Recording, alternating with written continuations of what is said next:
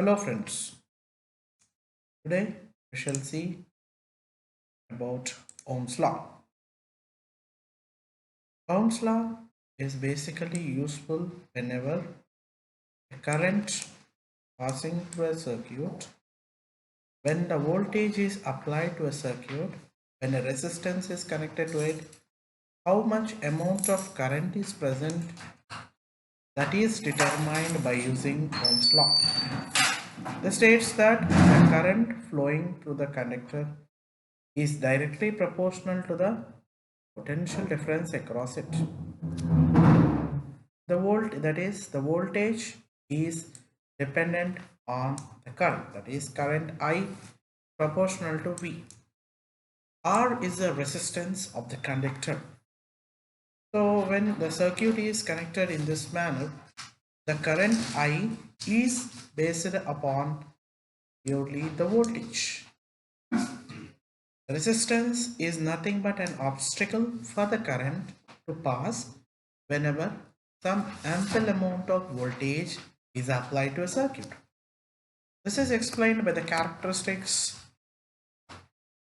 Here you can see a graph is drawn between voltage and current. That is, when we connect resistance and a voltage source is connected, current, an amount of high amount of current is passed through it. So this is basically depends upon the resistance present within the circuit. That is what is clearly drawn in the graph.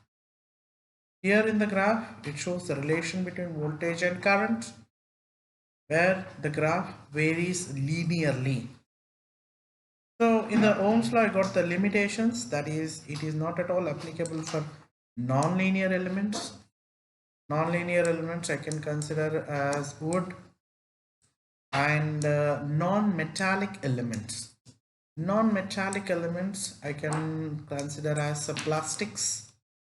You can have a plastic, okay, where you don't cannot apply Ohm's law to it. So the whole concept of Ohm's law is explained in this one picture. That is, you got a voltage here.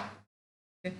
Voltage is being applied, and as the electrons are moving, you can see the electrons are facing some sort of difficulty while passing through this path. That difficulty is said as resistor. This concept is explained by Ohm's, that is why it is what's called Ohm's law. Thank you.